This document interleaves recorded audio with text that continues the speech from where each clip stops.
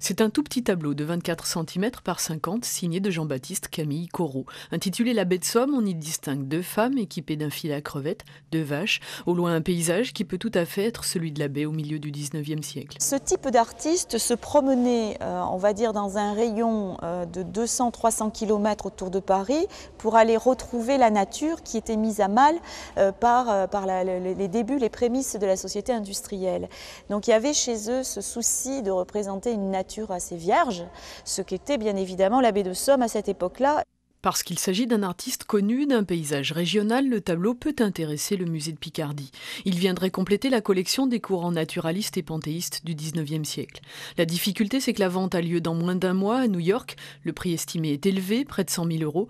Pour se placer dans une telle vente, outre les autorisations de sa tutelle, le musée doit rassembler 2 ou 3 fois cette somme. Ce qui peut arriver, c'est que, heureusement pour nous, le tableau reste sans acheteur. Auquel cas, après, on peut négocier via la maison de vente, on peut négocier effectivement avec le vendeur si toutefois le tableau n'a pas trouvé preneur. Mais sur le marché américain, un Corot, a priori, il peut trouver preneur assez facilement. Même dans l'urgence, le musée peut acquérir des œuvres mises en vente. L'un des derniers exemples, ce tableau d'Alfred Manessier, intitulé Ortillonnage, un artiste né ici, un thème local, mais la mise à prix, près de 15 000 €, était beaucoup plus basse.